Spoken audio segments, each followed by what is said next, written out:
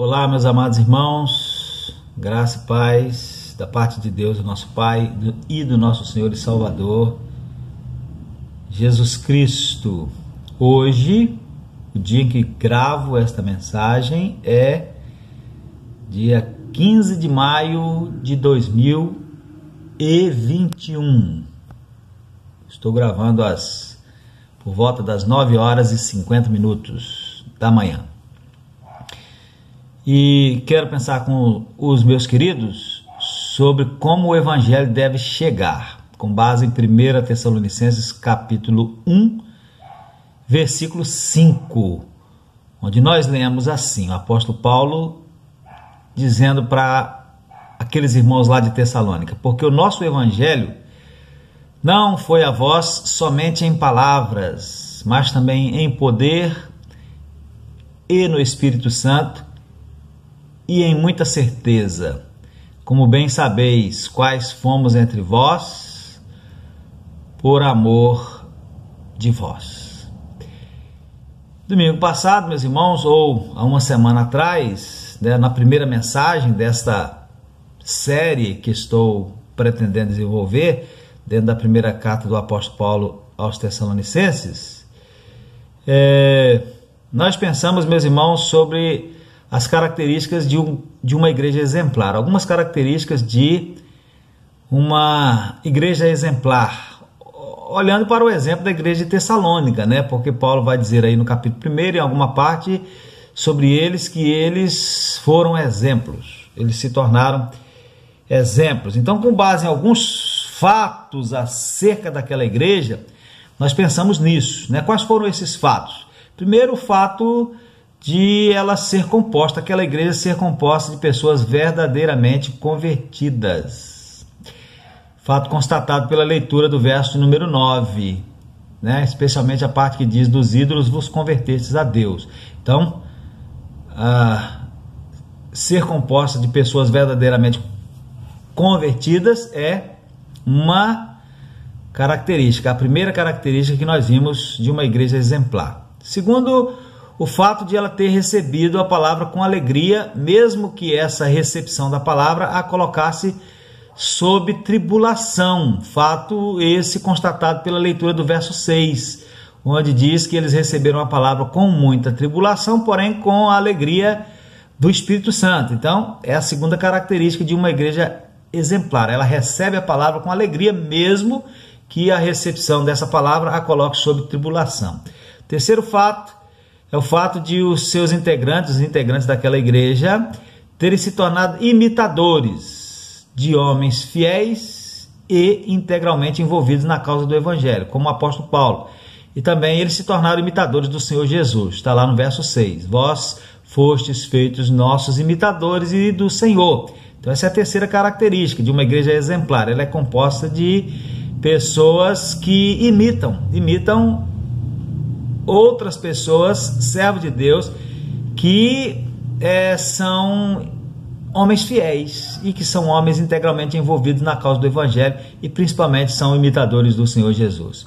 O quarto fato, meus irmãos, é o fato de eles terem se tornado anunciadores da palavra, porque por vós, diz o apóstolo Paulo, soou a palavra do Senhor, não somente na Macedônia e Acaia, mas também em todos os lugares. A vossa fé para com Deus se espalhou. Então, uma igreja exemplar, a quarta característica de uma igreja exemplar é que ela anuncia o Evangelho, por ela soa a palavra de Deus em todos os lugares. E o quinto fato, meus irmãos, é o fato usando as palavras do próprio texto, da obra da vossa fé, do trabalho do amor e da paciência ou firmeza da esperança em Cristo. Então a quinta característica de uma igreja exemplar, ou uma igreja, ela se torna uma igreja exemplar por causa disso, por causa da obra da vossa fé, do trabalho do amor e da paciência ou firmeza da esperança em Cristo. Isso nós vimos lá na mensagem anterior a essa, na primeira mensagem dentro desta carta. Hoje, meus irmãos, eu quero dizer que a razão de ter sido assim naquela igreja reside também no fato de como o Evangelho chegou até eles.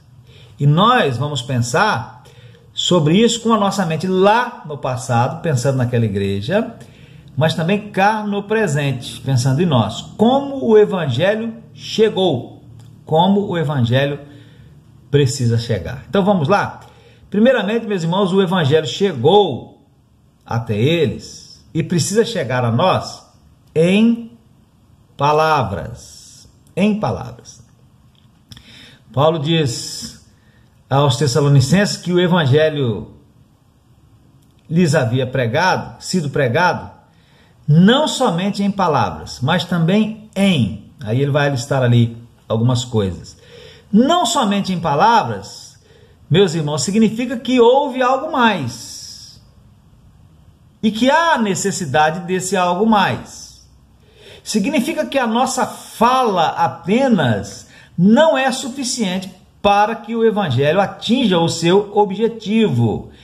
Entretanto, meus irmãos, não somente em palavras, não significa que não é preciso dizer nada. Houve a palavra e houve também outros elementos que nós veremos a seguir. O anúncio do Evangelho através da nossa fala é de extrema importância e não pode ser omitido. A ordem de Jesus para os seus servos de todos os tempos é ir a todo mundo e pregar o Evangelho. Em Mateus 10, 27, Jesus instrui os seus servos a dizer a plena luz e a proclamar dos eirados, quer dizer, de forma bem visível, bem audível, bem perceptível, aquilo que lhes é ensinado às ocultas e ao pé do ouvido. E isso eles devem fazer sem temer aqueles que matam o corpo, mas não podem matar a alma. Se há alguém que nós devemos temer, esse é Deus, que pode fazer perecer no inferno tanto a alma como o corpo. O apóstolo Paulo, escrevendo aos Tessalonicenses, os Tessalonicenses é a carta que estamos aqui, né? Escrevendo aos Coríntios, sua primeira carta, no capítulo 1, versos 21 a 24, ele vai dizer assim, olha, visto como na sabedoria de Deus o mundo não conheceu a Deus pela sua sabedoria, aprove a Deus salvar os crentes pela loucura da pregação. Porque os judeus pedem sinal e os gregos buscam sabedoria, mas nós pregamos, anunciamos através da fala, né? A Cristo crucificado, que é escândalo para os judeus, loucura para os gregos, mas para os que são chamados, tanto judeus como gregos, lhes pregamos a Cristo, poder de Deus e sabedoria de Deus. Sempre enfatizamos, meus irmãos, a verdade de que o servo de Deus deve dar bom testemunho, não é? É verdade isso. E de que o testemunho, fala mais alto do que as palavras. É uma grande verdade. Mas isso não significa que ele não precisa anunciar com palavras.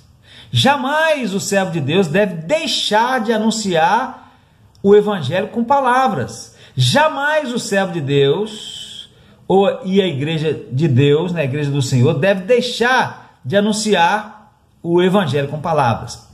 Pregar o Evangelho deve ser um dos pilares da igreja do Senhor. Então, meus irmãos, e agora eu me dirijo à Primeira Igreja Batista em Muqui, saibam que o Evangelho deve chegar e continuar chegando aqui em Muqui, através de nós, também em palavras. Certamente que não somente em palavras, mas também em palavras. É nossa obrigação falar, pregar o Evangelho para esse povo. Deus vai requerer isso de nós. Deus vai requerer isso de você. Então, o Evangelho precisa chegar, chegou e precisa chegar em palavras. É a primeira coisa. Segundo, o Evangelho chegou e precisa continuar chegando em poder. É a próxima coisa aí, né? O Evangelho chegou até vós não somente em palavras, mas também em poder, diz Paulo, né? Isso tem a ver, meus irmãos, também, né? Tem a ver com, talvez com algumas coisas, muitas coisas, mas também tem a ver com a forma como eles receberam o Evangelho. Não apenas com a forma como o Evangelho foi pregado, mas também com a forma como eles receberam o Evangelho que lhes fora pregado. E qual o efeito esse Evangelho produziu na vida deles, em face da forma como ele foi recebido. O Evangelho, meus irmãos, porque eles o receberam de verdade, receberam com fé, receberam com um coração aberto e disposto, teve capacidade. Esse Evangelho recebido dessa forma teve poder, teve capacidade, teve habilidade de efetuar mudanças profundas na vida deles. O dunamis, essa é a palavra traduzida por poder aqui, do Evangelho, dunamis do Evangelho, implodiu a velha vida daqueles tessalonicenses para que uma nova vida fosse erguida a partir de então.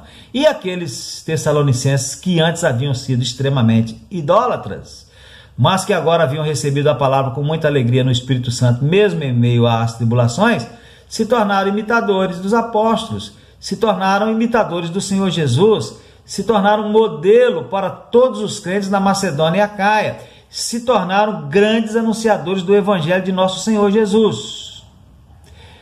Paulo olhou para eles e viu esse efeito produzido pelo Evangelho e escreveu-lhes, dentre outras coisas, para lhes dizer isso. Vejo que o Evangelho chegou até vós, não somente em palavras. Meus irmãos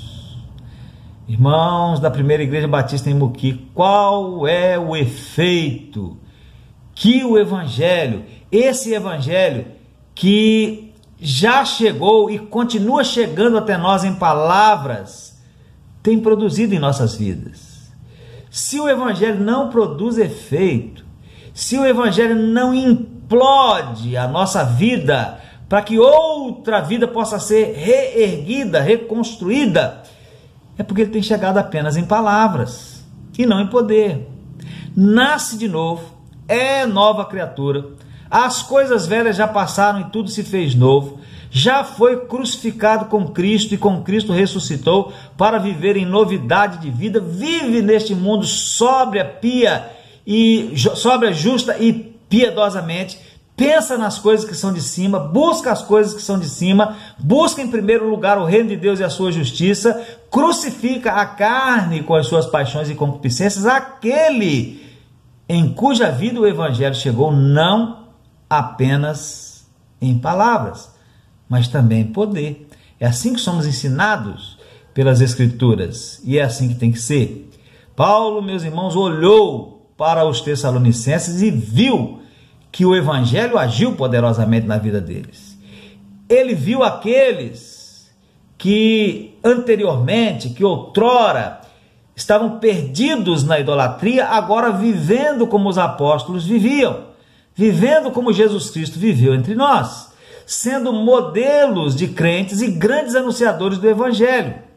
Quão feliz, meus irmãos, deve ter ficado o apóstolo Paulo, porque quão gratificante é ver crentes assim. Por outro lado, quão triste é ver que há crentes que querem ser imitadores não de Cristo, mas do mundo.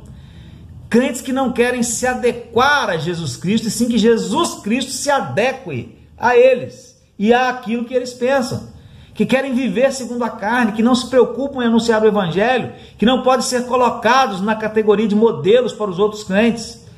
O Evangelho não lhes chegou como deve chegar, em poder, implodindo e reconstruindo a vida para a glória de Deus. Mas o Evangelho precisa chegar assim. Chegou lá para aqueles tessalonicenses assim e precisa chegar assim aqui entre nós. Em palavras, mas não só em palavras, também em poder. Mas vamos adiante. Terceiro, o Evangelho chegou e deve continuar chegando no Espírito Santo. É a próxima coisa que Paulo diz aí. O poder do Evangelho, meus irmãos, é o poder do Espírito Santo. O Evangelho deve ser pregado na dependência do Espírito Santo. Por quê? Porque é o Espírito Santo quem produz convicção de pecado. É o Espírito Santo quem produz arrependimento e conversão. Meus irmãos, um homem inteligente pode, isso acontece, pela sua inteligência, levar uma pessoa a aderir à causa de uma igreja, da sua igreja. Um homem persuasivo também pode, pelo seu poder de persuasão, levar uma pessoa a aderir à causa de uma igreja, a sua igreja. Uma mãe ou um pai, acontecia muito mais no passado do que hoje, mas hoje ainda acontece, que muito quer ver o seu filho na igreja, pode, por motivos emocionais, às vezes até por alguma chantagem emocional, conseguir que o seu filho esteja na igreja, lá dentro, sentadinho lá, ouvindo. Um bom sermão, seguido por um forte apelo emocional, pode fazer com que muita gente levante a mão e venha à frente. Mas, prestem bem atenção, meus irmãos, somente o Espírito Santo de Deus, ninguém mais, somente o Espírito Santo de Deus pode produzir verdadeira convicção de pecado, verdadeiro arrependimento e verdadeira conversão. Então o Evangelho precisa chegar a uma cidade ou a uma pessoa no Espírito Santo. E o pregador deve pregar na dependência do Espírito Santo. Obviamente que o pregador deve se preparar com esmero, ler bastante, estudar bastante, não só a Bíblia, como também bons livros. O pregador deve também se esforçar ao máximo, dar o melhor de si quando ele for entregar a mensagem, né? Pregar a mensagem, pregar o seu sermão. E tem até matérias nas escolas de teologia que tratam desse assunto, né, de como fazer isso. Mas o pregador deve entender que se o Espírito Santo de Deus não agir nesse momento, em si mesmo, na vida das pessoas, não haverá verdadeiras conversões. E, meus irmãos, não há nada pior para a igreja do que falsas conversões. E também não há nada pior para aquele que pensa que se converteu quando não o fez de fato. Então o pregador deve, antes, durante e depois, a todo tempo, reconhecer, e a igreja deve reconhecer a sua dependência da ação do Espírito Santo, e então orar, antes de estudar, antes de pregar, e pedir que outros também orem. Então, ore pela pregação do Evangelho, por aqueles que pregam o Evangelho na sua igreja, e por você, quando você for pregar, quando você for se preparar também para pregar. Meus irmãos, essa dependência do Espírito Santo, essa ação do Espírito Santo, além de produzir verdadeiras conversões e ser benéfica para a igreja e para quem é alcançado pelo Evangelho, ainda traz o benefício, um grande benefício de tirar a glória de sobre quem não a tem e colocá-la sobre quem a tem. Quem não tem glória na conversão das pessoas? Quem não tem? O pregador não tem glória nenhuma. E quem tem? Deus. Na pessoa do Pai, na pessoa do Filho, na pessoa do Espírito Santo. Deus na pessoa do Pai que leva o pecador ao Filho, Deus na pessoa do Filho que salva o pecador arrependido, e Deus na pessoa do Espírito Santo que convence o pecador de que ele é pecador e que precisa arrepender-se e invocar o nome do Senhor. Agora, encerrando esse ponto, eu quero dar uma palavra, primeiro para quem diz que se converteu um dia. Você que diz que se converteu um dia. Quem convenceu você? Se tem transformação na sua vida, então quem convenceu você foi o Espírito Santo de Deus. E o Evangelho chegou no poder do Espírito. Mas se não tem transformação, então, meus irmãos, devemos temer que o Evangelho não lhe tenha chegado no poder do Espírito Santo e a sua conversão não seja real. Então veja bem, analise bem isso daí. Agora, para quem anuncia o Evangelho, uma palavra para quem anuncia o Evangelho. E eu anuncio o Evangelho, uma palavra para mim, mas é para você também, porque todo crente deve fazer isso de uma forma ou de outra, anunciar o Evangelho. Anuncie na dependência do Espírito. Não confie na sua sabedoria, confie no Espírito Santo. Ore para que o poder do Espírito Santo de Deus se manifeste na vida daquele para quem você for anunciar o Evangelho. Então o Evangelho precisa chegar, chegou e precisa chegar no Espírito Santo. E quarto, meus irmãos, o Evangelho chegou e precisa continuar chegando com muita certeza. É o que diz o apóstolo, né? O Evangelho chegou até vós não apenas em palavras, o que quer dizer que também em palavras, né? Apesar de não apenas, com poder no Espírito Santo e com muita certeza, ou plena convicção. Certeza ou plena convicção, tanto da parte de quem prega, quanto da parte de quem recebe. Certeza ou convicção de quê? Alguém pode perguntar, né? Ora, certeza ou convicção de que se trata realmente de uma mensagem vinda de Deus e que, portanto, precisamos dar a ela toda a nossa atenção. Se temos a certeza, se temos a convicção que a mensagem que está sendo pregada é uma mensagem que vem de Deus, da parte de Deus, meus irmãos, então precisamos dar atenção. Dar atenção. Eu que prego preciso ter convicção, essa convicção. E você, se for anunciar, quando o fizer, precisa ter essa convicção. Ou então é melhor nem fazer. É preciso ter convicção de que aquilo que você está pregando é de fato algo que vem de Deus. Ou então é melhor nem fazer. E nós precisamos, meus irmãos, trabalhar para que quem vier a receber o Evangelho o receba não por alguma conveniência, mas por convicção de que ele, o Evangelho, é a expressão da verdade vinda de Deus. O que diz o Evangelho? O que apregoa o Evangelho? Resumidamente, meus irmãos, o Evangelho apregoa que eu sou pecador e, como tal, eu estou perdido, separado de Deus, mas Deus tem uma oferta de salvação para mim através do seu Filho Jesus Cristo, somente através dele. Ora, a pessoa precisa estar convicta de que esta é a verdade. E, usando uma expressão popular, vir para a igreja certa disso, certa de que esta é a verdade, de que ela então quer render-se a Jesus Cristo para a sua salvação, não por alguma outra conveniência qualquer. Quais poderiam ser algumas dessas conveniências pelas quais as pessoas muitas vezes vêm para a igreja? A família, por exemplo, a família daquela igreja, então vou frequentar lá também.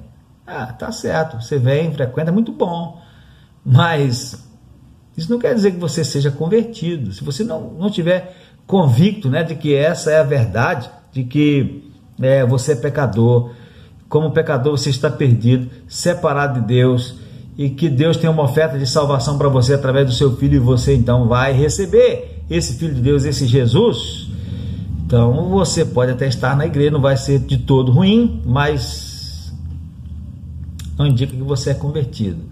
Então a família pode ser uma conveniência para a pessoa estar na igreja. O namorado é da igreja, então eu também vou. O namorado, a namorada, né? É uma conveniência. Amizades, eu tenho bons amigos lá naquela igreja, então eu vou participar lá também. É uma conveniência. Tem gente que vem porque gosta de tocar e quer tocar na banda da igreja.